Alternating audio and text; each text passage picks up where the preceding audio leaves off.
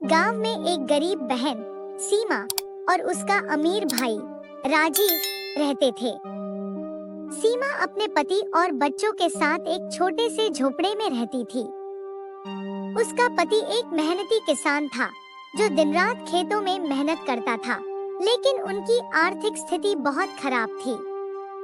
वे दोनों जैसे तैसे अपने बच्चों का पेट पाल रहे थे। दूसरी तरफ राजीव शहर में एक बड़ा व्यापारी था। उसका बड़ा सा बंगला था, नौकर चाकर थे और उसकी पत्नी और बच्चे बहुत आरामदायक जीवन जी रहे थे। सीमा की माँ बाप का बचपन में ही देहांत हो गया था, इसलिए सीमा ने अपनी सारी जिम्मेदारी खुद ही उठाई थी। शादी के बाद भी वो अपने भाई से कभी मदद की उम्मीद नहीं करती थी, क्योंकि उसे अपने भाई के बड़े घर और उसके व्यापारिक जीवन से कोई लगाव नहीं था। एक दिन गांव में बहुत बड़ी बाढ़ आ गई। सीमा का झोपड़ा पानी में बह गया। उसका सारा सामान बर्बाद हो गया और उसके पास खाने के लिए भी कुछ नहीं बचा। उसने सोचा कि इस मुश्किल वक्त में वह अपने भाई से मदद मांग सकती है। उसने संकोच करते हुए अपने भाई को शहर में एक चिट्ठी भेजी।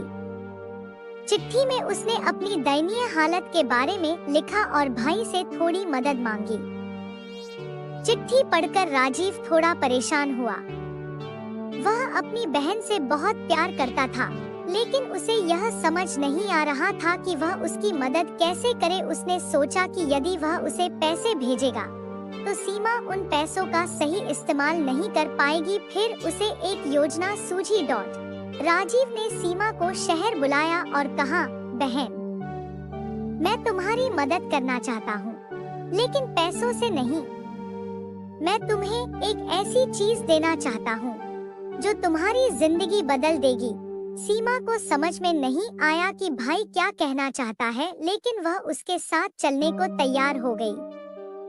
राजीव ने अपनी बहन को एक बड़ा सा बॉक्स दिया और कहा, इस बॉक्स को खोलना तभी जब तुम्हें लगे कि अब कुछ भी नहीं बचा है। यह तुम्हारी मदद करेगा। सीमा ने बॉक्स लिया और अपने गांव लौट आई। वहां पहुंचने के बाद भी उसका हाल और बिगड़ गया था। उसके पति की तबीयत खराब हो गई और बच्चों को भूख सताने लगी। एक दिन जब सीमा को लगा कि अब उसके पास कोई रास्ता नहीं बचा, उसने भाई के दिए बॉक्स को खोलने का फैसला किया। जैसे ही उसने बॉक्स खोला, उसकी आंखों में आंसू आ गए। बॉक्स के अंदर बहुत सारा अनाज, कपड़े और कुछ पैसे थे। इसके साथ ही एक पत्र भी था जिसमें लिखा था, बहन, ये कुछ मदद है जो तुम्हें अभी चाहिए, लेकिन याद रखना, असली दौलत मेहनत और लगन है। यदि तुम अपनी मेहनत को जारी रखोगी तो जीवन में कभी भी गरीबी नहीं झेलनी पड़ेगी। सीमा ने उस दिन से एक नई ऊर्जा के साथ अपने जीवन की शुरुआत की। उसने छोटे स्तर पर ही सही, लेकिन अपने खेत में सब्जियां उगानी शुरू कर दी। कुछ ही महीनों में उसकी मेहनत रंग लाई और वह गांव की सबसे सफल महिला किसान बन गई। अब वह दूसरों की मदद भी करती थी और उसने अपने भाई को अपनी सफलता की कहानी बताई। राजीव को अपनी बहन पर गर्व हुआ और उसने कहा, तुमने मेरी दी हुई सबसे बड़ी सीख को समझ लिया कि असली अमीरी पैसों में नहीं, बल्कि हमारे हौसले और मेहनत में है। सीमा का जीवन अब पहले से कहीं बेहतर हो गया था। उसके खेतों में खूब फसलें उगने लगी और वह अपने परिवार के साथ खुशहाल जीवन बिता रही थी। गांव के लोग भी उसकी मेहनत और संघर्ष से प्रेरणा लेने लगे थे। सीमा ने न सिर्फ अपने परिवार को संभाला, बल्कि वह गांव की अन्य गरीब महिलाओं को भी प्रेरित करने लगी। उसने अपने खेत का विस्तार किया और गांव के कुछ और लोगों को भी रोजगार दिया। धीरे धीरे उसकी पहचान एक सफल और दयालु महिला किसान के रूप में होने लगी। लेकिन समय के साथ राजीव की जिंदगी में कुछ बदलने लगा। उसके व्यापार में नुकसान होने लगा। शहर के बाजार में उसकी दुकानें एक के बाद एक बंद होने लगी। उसने अपने बिजनेस को संभालने की बहुत कोशिश की, लेकिन हालात उसके नियंत्रण से बाहर होते जा रहे थे। राजीव को अब एहसास होने लगा कि पैसे और संपत्ति पर हमेशा भरोसा नहीं किया जा सकता। उसे अपनी बहन की याद आई, जो कभी बहुत मुश्किल हालातों से गुजरी थी, और उसने सोचा कि वह उससे सलाह लेगा। राजीव ने अपनी बहन को एक दिन फोन किया और कहा, सीमा, मैं बहुत परेशानी में हूँ। मेरे व्यापार में भारी नुकसान हो रहा है और मैं समझ नहीं पा रहा कि क्या करूं। क्या तुम मेरे लिए समय निकाल सकती हो? सीमा ने तुरंत हामी भरी और अगले ही दिन अपने भाई के पास शहर आ गई। राजीव ने उसे अपनी सारी परेशानियां बताईं। सीमा ने धैर्य से उसकी बातें सुनी और फिर मुस्कुराते हुए कहा, भाई, याद है जब तुमने मुझे वो बॉक्स दिया था? तुमने कहा था कि मेहनत ही असली दौलत है। आज वही बात मैं तुम्हें कहने आई हूँ। राजीव ने उलझन में पूछा, लेकिन मेरी मेहनत कहाँ कम थी?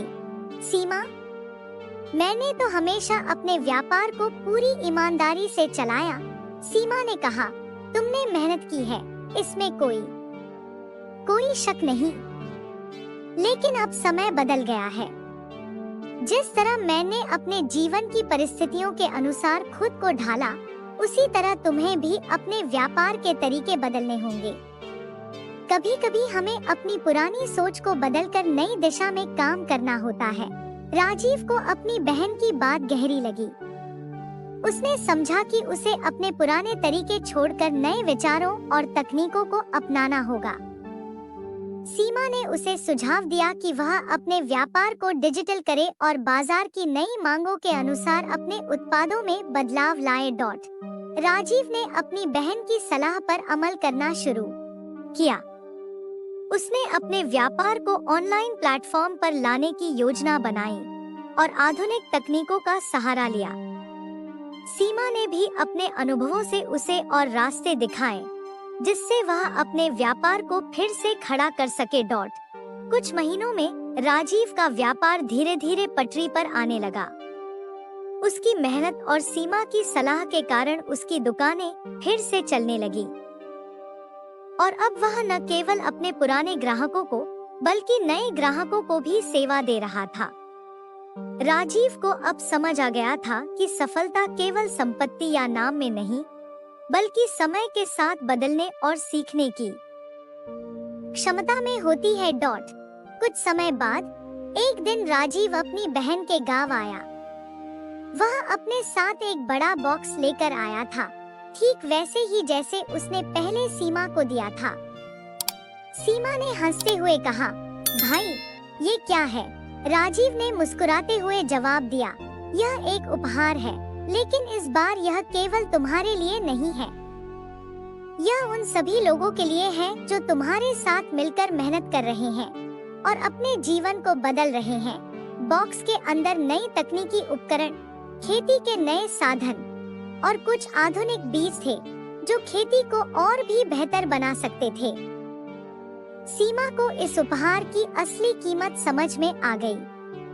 उसने अपने गांव के किसानों को इकट्ठा किया और सभी को ये साधन बांट दिए, ताकि वे भी आधुनिक खेती के साथ अपने जीवन में सुधार कर सकें। अब राजीव और सीमा दोनों मिलकर गांव और शहर दोनों की भलाई के लिए काम कर रहे थे। राजीव और सीमा की सफलता की कहानियां अब दूर दूर तक फैलने लगी थी। गांव के लोग सीमा को अब केवल एक बहन या किसान नहीं, बल्कि एक प्रेरणादायक नेता के रूप में देखने लगे थे। राजीव ने भी अपने व्यापार में नई ऊंचाइयां हासिल कर ली थी, लेकिन उसकी सोच अब बदल चुकी थी। अब वह केवल अपने व्यापार के बारे में नहीं, बल्कि समाज के विकास और गरीबों की मदद के बारे में भी सोचने लगा था। उसने सीमा के साथ मिलकर एक बड़ा कदम उठाने का निर्णय लिया। राजीव ने एक दिन सीमा से कहा, बहन, मैंने हमेशा पैसा कमाया है, लेकिन अब मैं इसे समाज की भलाई में लगाना चाहता हूँ। मैं चाहता हूँ कि हम गांव के विकास के लिए कुछ ऐसा करें जिससे यहाँ के लोग आत्मनिर्भर बन सकें। सीमा ने सहर्ष उसकी बात मान ली और दोनों ने मिलकर गांव में एक बड़ा योजना बनाई। उन्होंने गांव में एक ट्रेनिंग सेंटर स्थापित करने का निर्णय लिया, जहां लोग आधुनिक खेती, छोटे उद्योग और तकनीकी कौशल सीख सकें। यह केंद्र न केवल किसानों के लिए था, बल्कि महिलाओं और युवाओं के लिए भी रोजगार और आत्मनिर्भरता की दिशा में एक बड़ा कदम था। सीमा और राजीव ने गांव के प्रमुख लोगों से मुलाकात की और उन्हें अपनी योजना के बारे में बताया। गांव के लोग इस सोच से बहुत खुश हुए और उन्होंने पूरा सहयोग देने का वादा किया।